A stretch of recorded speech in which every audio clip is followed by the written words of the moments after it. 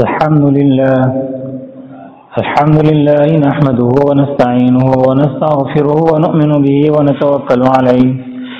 ونعوذ بالله من شرور أنفسنا ومن سيئات أعمالنا من يهد الله فلا مضل له ومن يضلل فلا هادي له ونشهد أن لا إله إلا الله وحده لا شريك له ونشهد أن سيدنا ونبينا ومولانا محمدا عبده ورسوله الذي أرسل بالحق بشيرا ونذيرا أما بعد فأعوذ بالله من الشيطان الرجيم بسم الله الرحمن الرحيم ولقد كرمنا بني آدم وحملناهم في البر والبحر ورزقناهم من الطيبات وفضلناهم على كثير ممن خلقنا تفضيلا وقال النبي صلى الله عليه وسلم لا يؤمن أحدكم حتى أكون أحب إليه من والده وولده والناس أجمعين سبحانك لا علم لنا إلا ما علمتنا إنك أنت العليم الحكيم اللهم انفعنا بما علمتنا وعلمنا ما ينفعنا رب اشرح لي صدري ويسر لي أمري واحلل عقدة من لساني يفقهوا قولي. معزز علماء کرام اور عزیز ساتھیو، میں نے آپ کے سامنے کلام اللہ کی ایک آیت تلاوت کی. اللہ سبحانہ و تعالیٰ اس میں فرماتے ہیں کہ ہم نے بنی آدم کو عزت بخشی. وَلَقَدْ كَرَّمْنَا بَنِي آدَمَ وَحَمَلْنَاهُمْ فِي الْبَرِّ وَالْبَحْرِ، اور خشکی اور تری کے اندر اس کو سوار کیا. وَرَزَقْنَاهُمْ مِنَ الطَّيِّبَاتِ،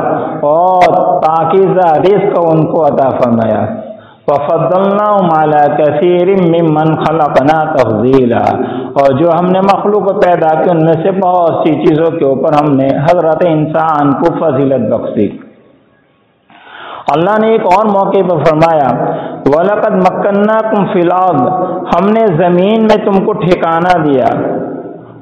وَلَقَدْ مَكَّنَّاكُمْ فِي الْأَرْضِ وَجَعَلْنَا لَكُمْ فِيهَا مَعَائِشَ، اور زندگی بسر کرنے کی جو ضرورتیں ہیں وہ ہم نے تمہارے لیے پوری کی. قلیلا من عبادی الشکور، اللہ ایک جگہ پہ فرماتے ہیں. یہاں اللہ فرماتے ہیں وَلَقَدْ مَكَّنَّاكُمْ فِي الْأَرْضِ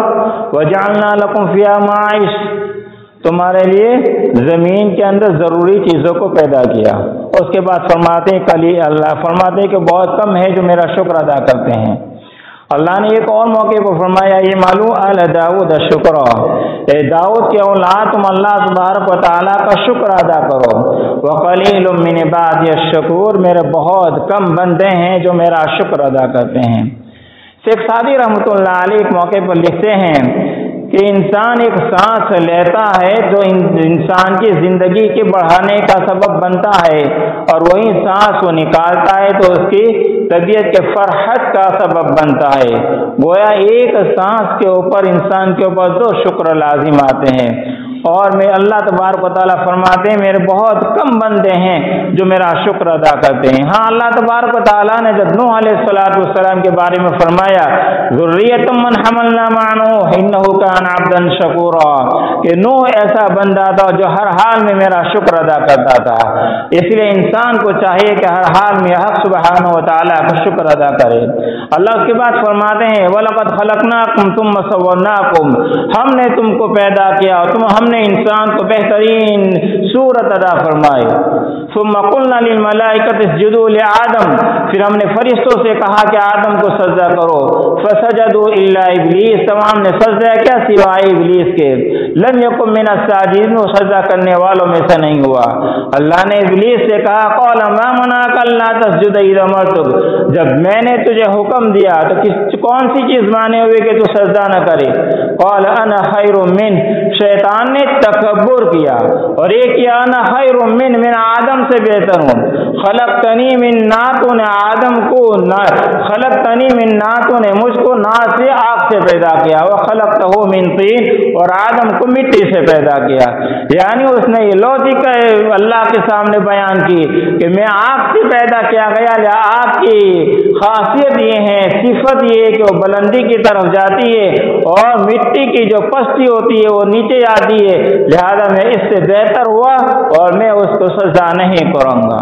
اللہ تبارک و تعالیٰ نے شیطان کو کہا قال فاهبط منها فما يكون لك ان تتكبر فيها، یہاں سے اتر جا، فاهبط منها جنت سے اتر جا، فما يكون لك ان تتكبر فيها، تیرے لیے طاقت نہیں کہ تو یہاں تکبر کرے، فاخرج انك من الصاغرین، نکل جا تو ذلیل و خوار میں سے ہیں۔ قال انك من المنذرین، شیطان نے کہا یا اللہ مجھے ذرا مہلت دے دیجئے، قال فإنك من المنذرین، تو مہلت دیے ہوئے میں سے ہیں۔ گویا کہ حق سبحانہ و تعالی نے شیطان کی دعا کو بھی قبول کر لیا، اور پھر شیطان نے آگے چل کر اللہ تبارک و تعالیٰ سے یہ کہا کہ تو نے مجھ کو اغوا کیا، تو نے مجھ کو اغوا کیا، میں انسان کے سامنے آگے سے پیچھے سے دائیں بائیں ہر جانب سے آؤں گا، اور لَأَقْعُدَنَّ لَهُمْ صِرَاطَكَ الْمُسْتَقِيمَ، میں تیرے سیدھے راستے کے اوپر بیٹھ جاؤں گا۔ حق سبحانہ و تعالیٰ نے اس کو کہا کہ جو تیری اتباع کرے گا، جو تیرے راستے سے چلے گا، لَأَمْلَأَنَّ جَهَنَّمَ مِنْكُمْ أَجْمَعِينَ، میں ان تمام سے جہنم کو بھر دوں گا۔ لہذا انسان کو چاہیے کہ روزانہ اللہ تبارک و تعالیٰ سے دعا کرے کہ اللہم اجینی من النار، اللہم اجینی من النار۔ ریاض الصالحین نے لکھا ہے کہ جو شخص 3 دفعہ اللہ سے کہتا ہے کہ یا اللہ مجھے جہنم سے نجات دے دے، یا اللہ مجھے جہنم سے نجات دے دے، یا اللہ مجھے جہنم سے نجات دے دے، حق سبحانہ و تعالیٰ اس کو جہنم سے نجات دے دیتے ہیں۔ اور جو یہ سوال کرتا ہے اللہ سے کہ اللہ مجھے جنت عطا فرما، اللہم انی اسألک الجنہ، اللہم انی اسألک الجنہ، اللہم انی اسألک الجنہ، حق سبحانہ و تعالیٰ اس کو جنت عطا فرما دیتے ہیں۔ تو میرے محترم دوستو بزرگوں، شیطان کے نکلنے، جنت سے نکلنے کا سبب آدم علیہ السلام بظاہر بنے تھے، اس لیے وہ انسان آدم علیہ السلام اولاد آدم کا وہ دشمن بن گیا، اور اللہ نے بھی فرمایا ان الشیطان لکم عدو مبین، شیطان تمہارا کھلم کھلا دشمن ہے۔ پھر اللہ تبارک و تعالیٰ نے حضرت آدم علیہ السلام کو ایک درخت کے کھانے سے منع فرمایا تھا، جب ان سے لفظ ہو گئی اس درخت کو کھا لیا تو اللہ تبارک و تعالیٰ نے آدم علیہ السلام کو زمین کے اوپر بھیجا اور زمین کا نائب بنایا، اور اللہ نے آدم اور اولاد آدم کی طرف ایک پیغام بھیجا کہ جو میرے طریقے کے اوپر چلے گا، اور تیرے اولاد کے اندر میں اپنے رسولوں کو بھیجوں گا، جو رسولوں کو مانے گا وہ مجھ تک پہنچے گا، جنت کا مستحق ہوگا، اور جو میرے رسولوں کو نہیں مانے گا مجھ تک پہنچنے کا کوئی راستہ نہیں ہوگا۔ اللہ تبارک و تعالیٰ نے کلام پاک میں یہ بیان فرمایا وَأَطِيعُوا اللَّهَ وَأَطِيعُوا الرَّسُولَ لَعَلَّكُمْ تُرْحَمُونَ، تم اللہ کی اطاعت کرو اور اس کے رسول کی اطاعت کرو تاکہ تم پر رحم کیا جائے۔ اللہ تبارک و تعالیٰ نے مشرق سے مغرب، شمال سے جنوب، ایسٹ سے ویسٹ، نارتھ سے ساؤتھ تک دنیا کے ہر خطے کے اندر اللہ تبارک و تعالیٰ نے انبیاء کرام علیہ السلام کو مبعوث فرمایا، اور پھر حضرت عیسیٰ علیہ السلام آئے اور ان کا آسمان کے اوپر اٹھا لے جانے کے بعد جب ایک طویل زمانہ گزر گیا اور ہدایت کی راہ مل گئی تھی تو حق سبحانہ و تعالیٰ نے جناب محمد الرسول اللہ صلی اللہ علیہ وسلم کو مبعوث فرمایا، اور آپ صلی اللہ علیہ وآلہ وسلم نے ہدایت کے راستے کو صاف کیا اور لوگوں کو اللہ کی طرف بلایا، اور اللہ نے پیغام بھیجا وَأَنَّ هَذَا صِرَاطِي مُسْتَقِيمًا فَاتَّبِعُوهُ، اے میرا سیدھا راستہ اس کے اوپر چلو۔ رسول اللہ صلی اللہ علیہ وسلم ایک مرتبہ صحابہ کے درمیان کے اندر تھے، نسائی شریف سے ایک روایت عبداللہ بن مسعود رضی اللہ تعالیٰ عنہ روایت بیان کرتے ہیں کہ آپ صلی اللہ علیہ وسلم صحابہ کے درمیان میں تھے، اور آپ صلی اللہ علیہ وسلم نے ایک لکیر کھینچی اور اس کے دائیں اور بائیں کچھ اور لکیریں کھینچی، اور اس کے بعد فرمایا سیدھا راستہ اللہ تبارک و تعالیٰ کا ہے، اور دائیں اور بائیں جو راستے ہیں وہ شیطان کے راستے ہیں، تم اس سے پرہیز کرنا، اس سے بچتے رہنا۔ پھر آپ صلی اللہ علیہ وسلم نے فرمایا اس سیدھے راستے کے اوپر دیوار ہے، اور دیوار کے اوپر دروازے لٹکے ہوئے ہیں، اور دروازے کے اوپر پردے لٹکے ہوئے ہیں، جو کوئی شخص اس کو ہاتھ لگانا چاہتا ہے تو 2 پکارنے والے اللہ تبارک و تعالیٰ نے سیدھے راستے کے اوپر مقرر کیے ہیں۔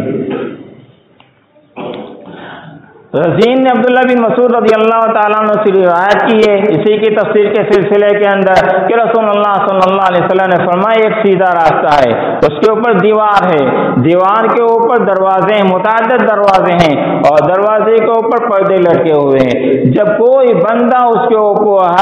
پردے کو ہاتھ لگانا چاہتا ہے تو پہلا ایک داعی ہے، پکارنے والا ہے، وہ کہتا ہے کہ اللہ کے بندے، اے اللہ کی بندی، سیدھے چلتے رہیو، اس پردے کو ہاتھ مت لگانا۔ لیکن پھر بھی کوئی شخص پردے کو ہاتھ لگا لیتا ہے تو اس کے اوپر اور ایک پکارنے والا ہوتا ہے جو کہتا ہے کہ اللہ کے بندے تو نے بہت ہی نامناسب کام کر لیا، اللہ کی ناراضگی والا کام کر لیا، لہذا توبہ و استغفار کر لے۔ پھر آپ صلی اللہ علیہ وآلہ وسلم نے اس کی تفسیر یوں بیان فرمائی کہ جو سیدھا راستہ ہے وہ اللہ تبارک و تعالیٰ کا راستہ ہے، جو دائیں اور بائیں جو راستے ہیں وہ شیطان کے راستے ہیں، اور جو پردے لٹکے ہوئے ہیں وہ اللہ سبحانہ و تعالیٰ کی حدود ہے، باؤنڈری ہے۔ کوئی شخص اللہ کی باؤنڈری کو پار کرنا چاہتا ہے اور اس حد کو آگے بڑھنا چاہتا ہے تو ایک پہلا پکارنے والا ہوتا ہے، وہ اس کو پکارتا ہے۔ رسول اللہ صلی اللہ علیہ وسلم نے فرمایا جو پہلا پکارنے والا ہے وہ قرآن ہے۔ قرآن کہتا ہے کہ یہ اللہ کا راستہ ہے، اس سے آگے مت بڑھ، ولا تقربوا الزنا، زنا کے قریب مت جا۔ اور اللہ تبارک و تعالیٰ کے پورے احکامات قرآن میں اللہ تبارک و تعالیٰ نے بیان فرما دیے، لیکن پھر بھی کوئی شخص ان حدود کو پار کر جاتا ہے اور اللہ کی نافرمانی کر لیتا ہے تو ایک اور پکارنے والا ہے، وہ کہتا ہے کہ اللہ کے بندے تو نے بہت ہی نامناسب کام کر لیا۔ آپ صلی اللہ علیہ وسلم نے فرمایا وہ دوسرا جو پکارنے والا ہے وہ مومن کا ایمان ہوتا ہے۔ جب مومن بندے سے کوئی گناہ ہو جاتا ہے اس کا ایمان اس کو کہتا ہے کہ تو نے اللہ کی نافرمانی کی، جس ذات نے تو اس کو پیدا کیا اسی ذات کی تو نے نافرمانی کی، اس کا ایمان اس کو اس بات کے اوپر مجبور کرتا ہے کہ اللہ کے سامنے توبہ و استغفار کر اور اللہ سے معافی مانگ لے۔ اور مومن بندہ جو ہوتا ہے اس کے اندر ذرہ برابر بھی ایمان کی قوت ہوتی ہے، وہ فوراً توبہ و استغفار کر لیتا ہے اور اللہ ایسے شخص سے محبت بھی کرتا ہے۔ رحمت دو عالم صلی اللہ علیہ وآلہ وسلم نے فرمایا التائب من الذنب کمن لا ذنب له، گناہوں سے توبہ کرنے والا شخص ایسا ہے جیسا کہ اس نے گناہ کیا ہی نہیں، اور اللہ ایسے شخص کو محبت بھی کرتا ہے۔ ثم فاستغفروا ربکم ثم توبوا الیہ، تم اللہ سے استغفار کرو پھر اس سے توبہ کرو۔ استغفار کہتے ہیں اللہ تبارک و تعالیٰ سے معافی مانگنا کہ اللہ مجھ سے یہ گناہ ہو گیا مجھے معاف کر دے، ثم توبوا الیہ، پھر توبہ کرو۔ یعنی توبہ اس کو کہتے ہیں کہ جس گناہ کے اندر مبتلا ہوا ہے اس گناہ کو فوراً چھوڑ دے۔ دوسری شرط یہ کہ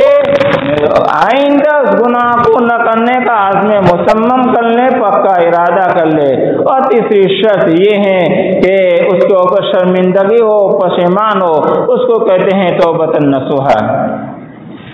اللہ سبحانہ و تعالیٰ چوتھے پارے میں فرماتے ہیں والذین اذا فعلوا فاحشة او ظلموا انفسهم، میرے وہ بندے جنہوں نے فاحشہ کام کی۔ علامہ جلال الدین سیوطی رحمۃ اللہ علیہ جہاں کہیں بھی فاحشہ آتا ہے عام طور پر اکثر اس کا گناہ اس کا ترجمہ کبیرہ سے کرتے ہیں، یعنی الزنا، یعنی کسی سے زنا ہو گیا۔ والذین اذا فعلوا فاحشة او ظلموا انفسهم، یا اپنے نفس کے اوپر زیادتی کی یعنی کچھ صغیرہ گناہ کر لے۔ والذین اذا فعلوا فاحشة او ظلموا انفسهم ذکروا اللہ، وہ اللہ کو فوراً یاد کر لیتے ہیں۔ اللہ فرماتے ہیں ومن یغفر الذنوب الا اللہ، کون ذات ہے جو اس کے گناہوں کو معاف کر دے۔ ولم یصروا علی ما فعلوا وهم یعملون، اور جو گناہ کیے اس کے اوپر وہ مصر نہیں رہتے، برقرار نہیں رہتے، بلکہ فوراً توبہ و استغفار کر لیتے ہیں۔ اللہ اس کے بدلے میں توبہ و استغفار کے بدلے میں فرماتے ہیں اولئک جزاؤہم مغفرۃ من ربہم، یہی لوگ ہیں جن کا بدلہ جنت ہے، مغفرۃ من ربہم، ان کے رب کی جانب سے مغفرت ہے۔ وجنات تجری من تحتها الانہار، اور اللہ ایسے باغات کے اندر داخل کر دے گا جن کے نیچے سے نہریں بہتی ہوئی ہوگی، خالدین فیہا، وہ اس کے اندر ہمیشہ ہمیشہ رہیں گے، ونعم اجر العاملین، اور عمل کرنے والوں کے لیے کیا ہی بہترین عمل ہے۔ تو میرے محترم دوست بزرگوں، اللہ کی طرف توبہ و استغفار کرنا چاہیے، اور اللہ تبارک و تعالیٰ کے بتائے ہوئے احکام کو چلنا چاہیے، اور اللہ کے نبی سے محبت کرنا چاہیے۔ اور ایمان مکمل ہو ہی نہیں سکتا جب کہ نبی کریم صلی اللہ علیہ وآلہ وسلم کے طریقے کو اپنایا نہ جائے۔ اللہ نے بھی خود کلام پاک میں اعلان کر دیا، قل ان کنتم تحبون اللہ فاتبعونی، اے پیغمبر صلی اللہ علیہ وسلم آپ لوگوں میں اعلان کر دیجئے، ان کنتم تحبون اللہ، اگر تم اللہ سے محبت کرنا چاہتے ہو، فاتبعونی، میری اتباع کرو، یعنی رحمت دو عالم صلی اللہ علیہ وآلہ وسلم کی۔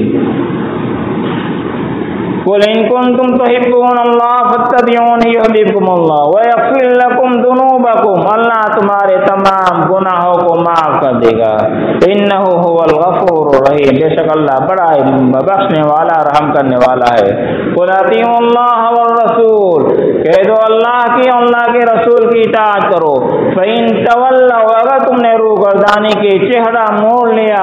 اور نبی کی محبت کو اختیار نہیں کیا، فإن اللہ لا يحب الکافرین، اللہ انکار کرنے والوں سے محبت نہیں کرتا ہے۔ شیخ سعدی ایک موقع کے اوپر کہتے ہیں کہ خلاف پیغمبر کثیرہ گزید ہرگز بمنزل نقاد رسید، کہ پیغمبر صلی اللہ علیہ وآلہ وسلم کے طریقے کو چھوڑ کر اور کسی طریقے کو اختیار کریں گے ہرگز راہ راست کے اوپر نہیں پہنچیں گے۔